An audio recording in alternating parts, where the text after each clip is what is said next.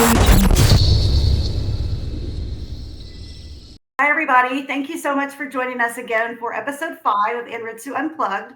Once again, my name is Linda Reiners, and I'm with Anritsu. I'm an integrated marketing manager. And we have the pleasure of speaking with John James again today. And he's going to be taking us through the evolution of PCIe to Gen 6 and beyond. Talking about the challenges, the technical details, and all kinds of other interesting tidbits that John will present to us today. Today I will talk about the benefits and challenges of going from PCIe Gen5 to PCIe Gen6.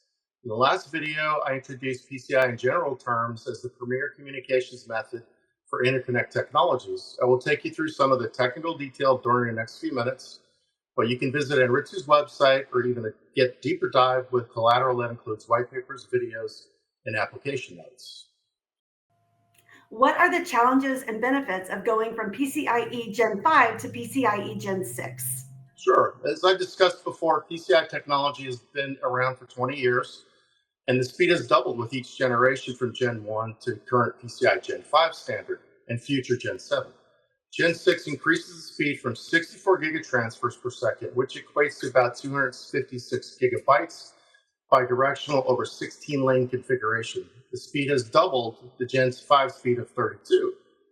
The drive to higher speeds is due to the ever-increasing processor, graphics processor unit, machine learning, and high-performance computing, and other technologies. So in order to keep up with the gigabit, 200 gigabit, 800 gigabit Ethernet, PCI was kind of a bottleneck there. So the PCI SIG decided to go to a PAM4 modulation to keep up that aligns with that technology. So, John, can you tell us some more of the technical details associated with PCIe 6? Sure. So going from PCIe Gen 5 to PCIe Gen 6 required a change of modulation methods. This was a major development change with the PCI SIG.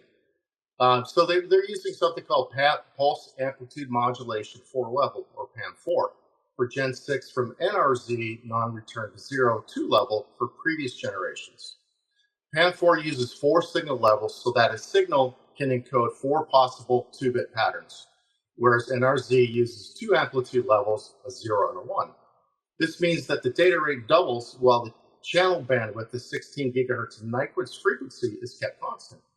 PAM4 is not a new technology and has been used in gigabit Ethernet applications. And now that PCIe Gen 6, of course, they are design challenges by transitioning to another modulation scheme.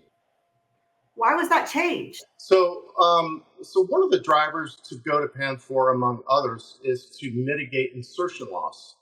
As the frequency increases, the loss increases, and the attenuation of the signal through the channel path increases as well.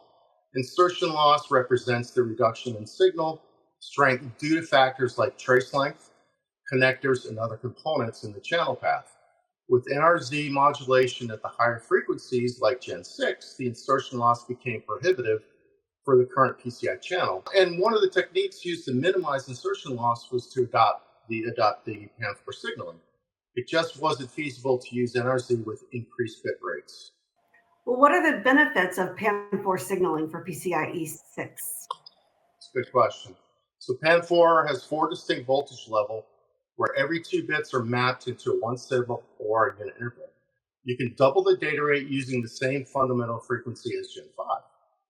PCIe Gen 6 includes low latency effect forward error correction as additional techniques to correct errors and improve bandwidth efficiency. FEC is also paired up with CRC redundancy check to further improve the bit error rate.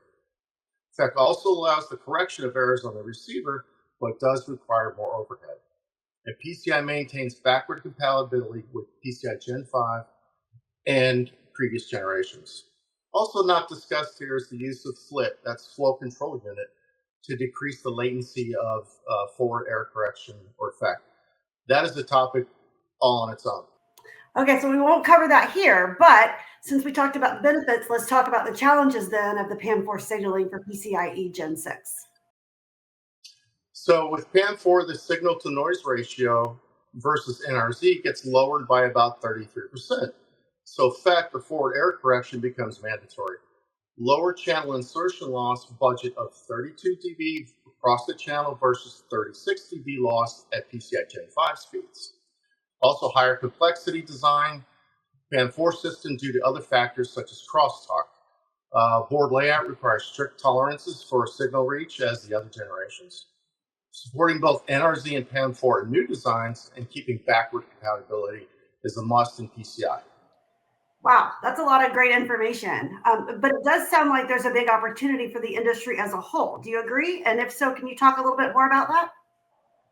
As you can see, moving from a PCI Gen 5 to a Gen 6 system is not a trivial design endeavor, uh, but one that needs to happen to keep up with today's high speed technology. With Anritsu, we provide test equipment that will ensure your designs meet all necessary requirements and standards, including PCIe, USB, Ethernet, DDR, and other technologies.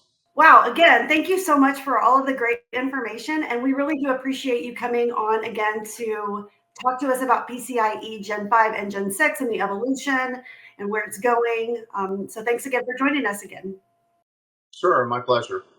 Just happy to get our message out about our product, especially the NP1900A BERT. And thank you.